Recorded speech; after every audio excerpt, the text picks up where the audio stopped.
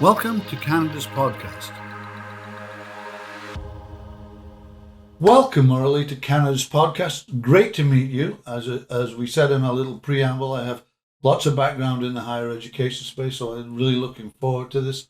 But before we go much further, why don't you tell us a little bit about yourself? What you're doing now, and maybe a little bit of why you became an entrepreneur. Sure. Thanks so much, Philip, and thanks for having me. It's been a wonderful journey, wonderful in quotes for any entrepreneur will understand. There's always ups and downs, but I'm so grateful to be on this journey. I'm currently the CEO of Computech College, and we have various entities in the creative space and on the venture capital side. But as an entrepreneur, I was very fortunate that my father, although he's a qualified engineer, went into the entrepreneurial side, and I was able to see his growth, his ups and downs, and get a sense of what entrepreneurship was like. Mm-hmm. I was very much interested, having seen what my father went through, going into law and kind of stepping away from entrepreneurship and maybe having that base and security, and coming from a Sri Lankan Tamil background. My family was very supportive of that. But no, my father had his first of 3 heart attacks in 2000 while he was working overseas. And once I completed my undergrad, it kind of propelled me into that world, really to understand I grew up very quickly, understanding that, look, if he had gone, we had no way of really sustaining ourselves, my brother, sister, and my mother and I, and really learned the business, and really opened up my eyes to the opportunities of entrepreneurship. And really, I think the greatest gift my father shared with me is he made me not just talk about this, but he showed me practically that you could dream about something and make it come true. And for a child to realize that is such a precious gift. And once you can do that, there's no going back. Mm-hmm. So, you're in the higher education space. How did you get there? Yeah, so I was born in the UK, grew up mostly in Canada, till so UK. Here. Yeah. Okay. So 0 to 7 in the UK, 7 to about 2021 in Canada, and as I said, found myself overseas in when I just turned 20, and it was then I realized, even though my father was foreign trained, and my mother, both of them were trained in the UK. My mom was a nurse and practiced there. Mm-hmm. And when they came to Canada, they were asked where their Canadian experience was. And it was unusual because I looked like them, but I also wrongly assumed, oh, your credentials are not good enough to work in Canada. But when I started going to Asia, and when I say going to Asia, I lived and worked, I stayed there for almost 15 years, living and working there. I really understood the value of the credentials and the experience that people from that part of the world had. And, a lot of my time was spent in Bangladesh, and there was a company there called Grameen, which had tremendous growth in the telecom industry. And unlike in the West, where they had these, telephone lines, countries like Bangladesh leapfrogged, and, the technology was much more advanced. Mm-hmm. So the level of technology in terms of telecommunication in Bangladesh was way ahead of what was happening in Canada. Even when I came back here, I was just blown away at how low the progression was in terms of technology. So it made me understand that someone that was coming, for example, in the telco space, and then coming to Canada, and with all these hopes and dreams, and then not being able to, not even meet something at par, but, working at some fast food place or driving, some cab, Uber now, those were their options, right? I really thought, how can I help in this sector? How can I do my part to help these organizations in Canada recognize the missed opportunity here and help those individuals really find a path that, at the end of the day is respectable to their education and their experience. And while I was, when I came back to Canada, while I was working, I had connected with a gentleman who owned Computech College at that time, and was looking to sell the college, and he understood. I was doing a lot of community work, and he understood for me it wasn't just about the business side of things, but I had a real desire to help this community, and that's really what he was looking for, because he said, there's a lot of frustrations that can come in the education space. You really need to have a passion for it, or it's not going to work for you. And so he recognized that in me, thankfully, and I saw it as a great opportunity to serve, and that's how I got in the space. Okay. So what's been the greatest challenge? I think we know what the greatest challenge is in terms of pandemic, but I mean, less about that. We can talk about that later, but more about your challenge, in terms of building the business, basically. Yeah, I think, Philip, I was lucky that I had my father as a guide, but that also has its challenges, because you're under your father's shadow.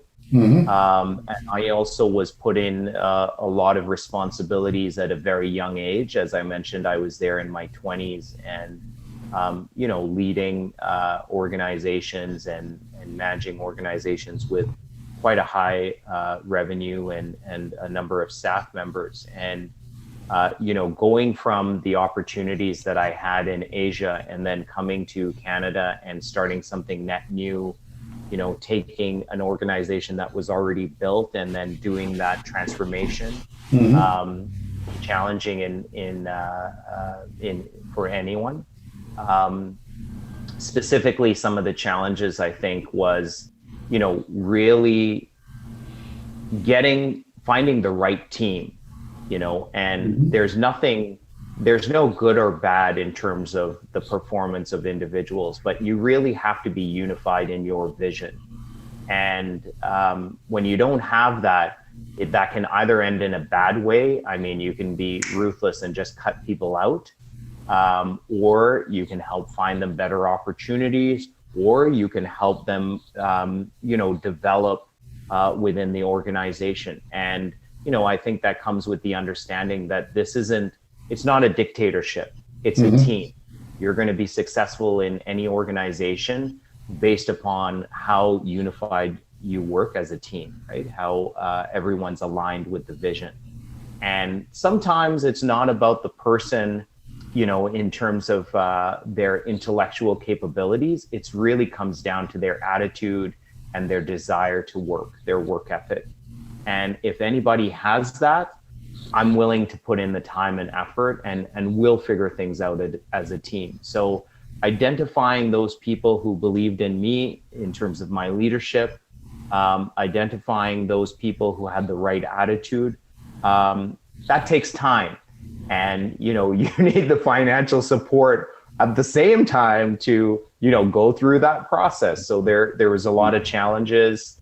I also, got married at the same time. And right away we had, found out we were going to have a child on our wedding day. That's a nice present. That's a nice present. Yeah, absolutely.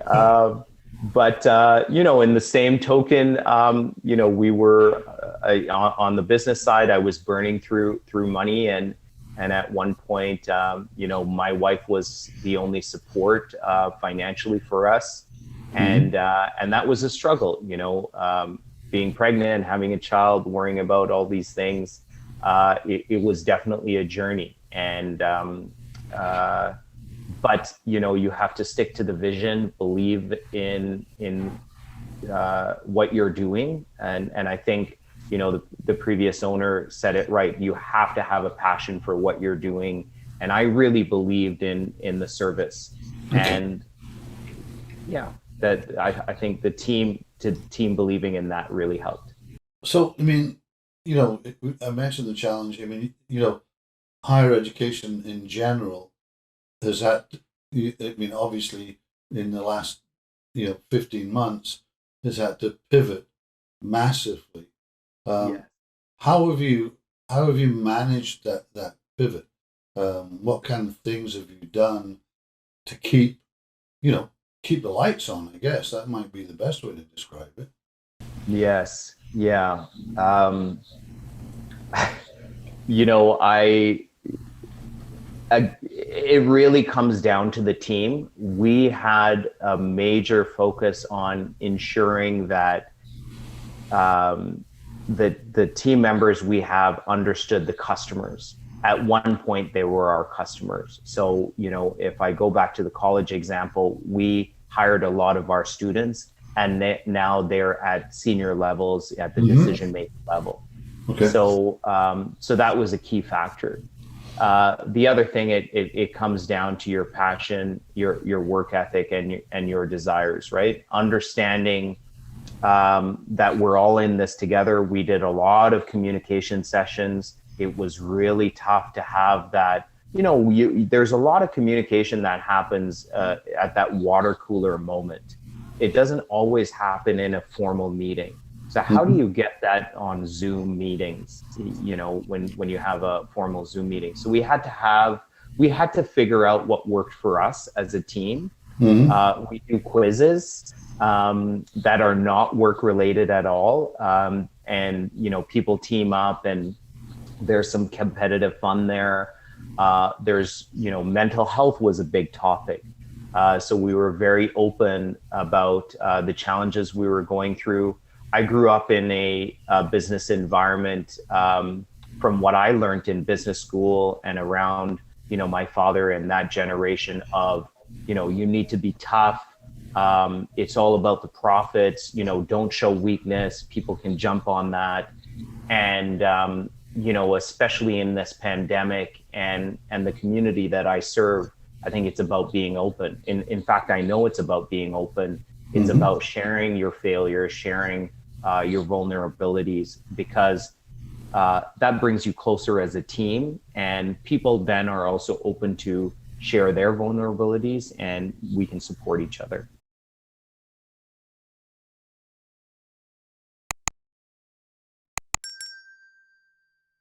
Now, I mean, from what you were saying, I guess your dad's was a bit of a mentor to, or is a bit of a mentor to you.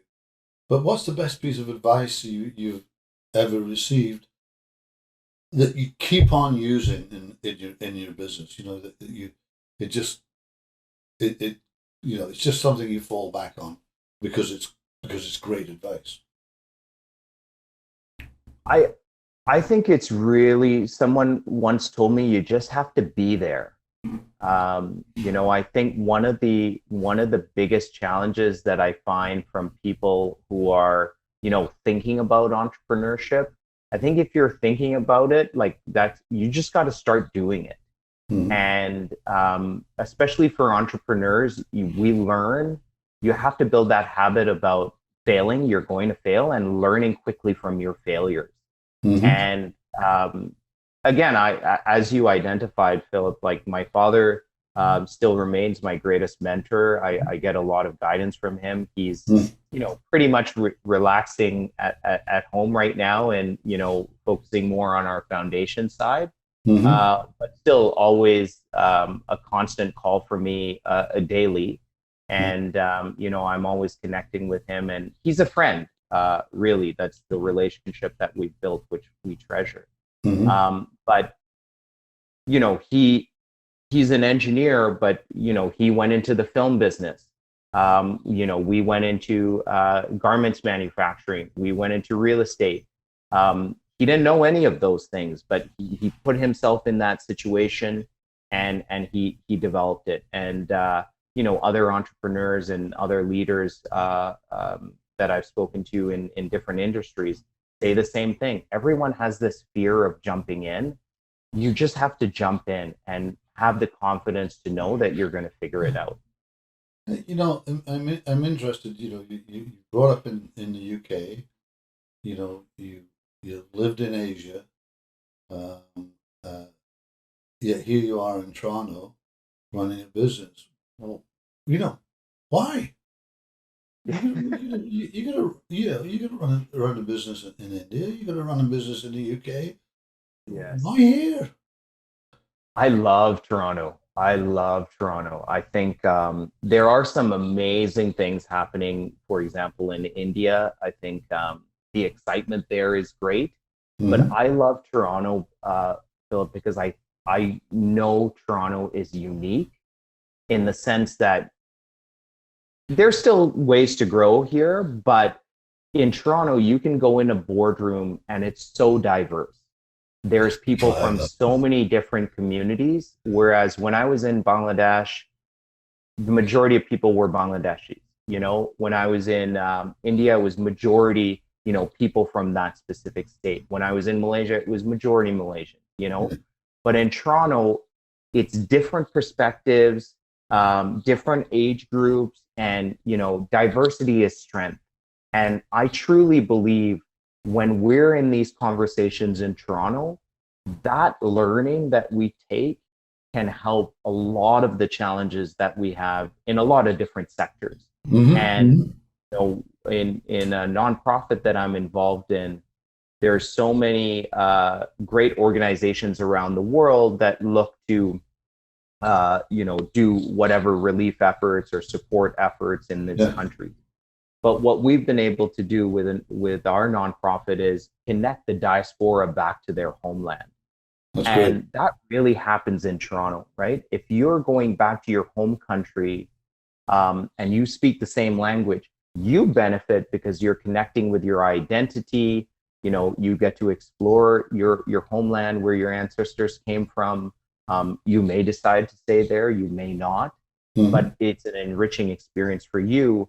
And in your homeland, in that community, they get to learn the experiences you got in the West or whatever country you're coming from, and bring that back. And that kind of discussion, that's what we need in the world. And I know that might be, a bit idealistic, but I think at a micro level, that really happens in Toronto. And that's why I'm so excited to be here.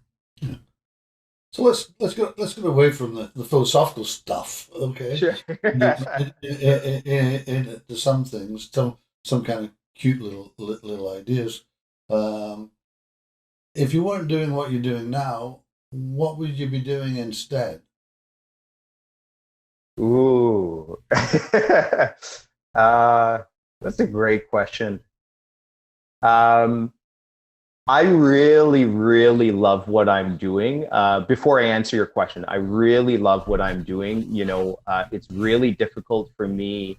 I have a coach that I chat with, and even within my team, they know it's really difficult for me to stop and smell the roses. I enjoy it. But once you get to that hill, you see all these other hills you want to climb. And for me, the win is the journey.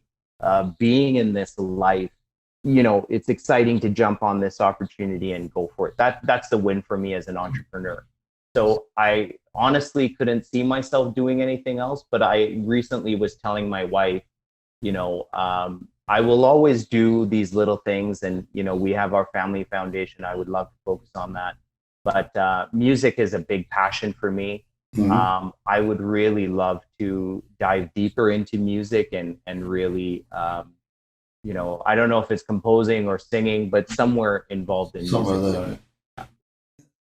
So, if you had to pick one word to describe yourself, what would it be and why?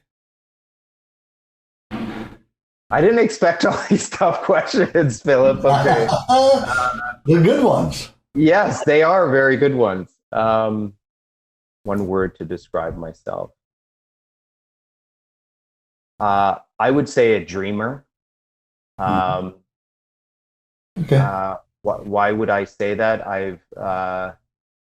Many times when I was a child, people would say in school, I was a dreamer, but I love it. I think it's Great entrepreneurs turn dreams into realities.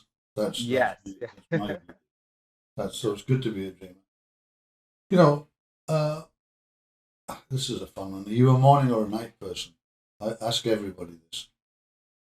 Yeah, well, I'm a Like it's, night person, but I have a 4-year-old and a 2-year-old. no chance. Yes, yes, yeah. Okay. Yeah. What book are you currently reading, listening to, whatever that you would recommend to our audience? I'm a being somebody that's passionate about higher education yourself. I'm not sure if you listen to him, but I'm a big fan of Scott Galloway. Mm-hmm. Mm-hmm. And I've taken one of his courses at Section 4, which is kind of his play on what the education landscape would look like. Right. I also listen to his podcast, which I find very interesting. Um, uh, uh, what's his name? Simon Sinek.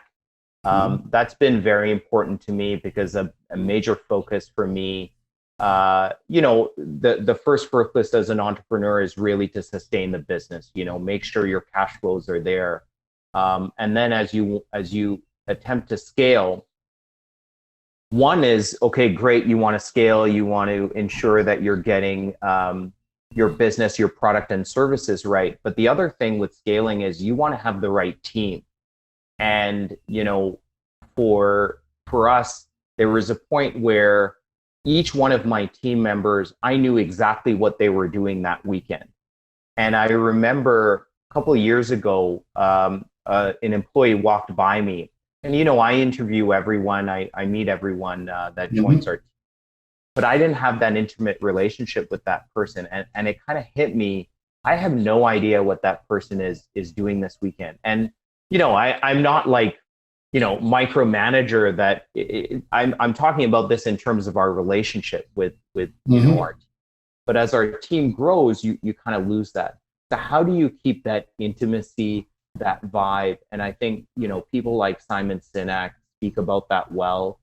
Focusing on your why, really connecting with your employees. And I think as a business leader, I kind of touched on the world I grew up in terms of business and how I believe that's changing. And I think from my perspective, I've seen trends of this happening pre-COVID, but especially during COVID, you need to share your vulnerabilities. You need to really connect with your team. As our backs are to the wall, you really are thinking about, look, these are the people I'm with and I'm in it with them. Do I want to be like, are these, people kind of talked about that. You spend, whatever it is, 8 hours a day. This is your second family, but now it's your second family with your back to the wall, and you guys got to really dig deep to figure out how to get out of this. So those team dynamics are really crucial, and I've really been focused on that this year. We've been really talking a lot about mental health, a lot about fitness, keeping healthy. I've been doing that myself and really encouraging that with the team. All right. Now, lots of people listen to these podcasts. How can people get a hold of you, Muraly, if they've heard some things that they want to kind of discover a bit more about? How can they get a hold of you? Sure. So thanks for that. My website is muralys.com, which is the best way to find out more about me and the different businesses that I'm involved with. Thanks so much for coming on the Canvas podcast. It's been a delight meeting you. Thank you very much, Philip. Thank you.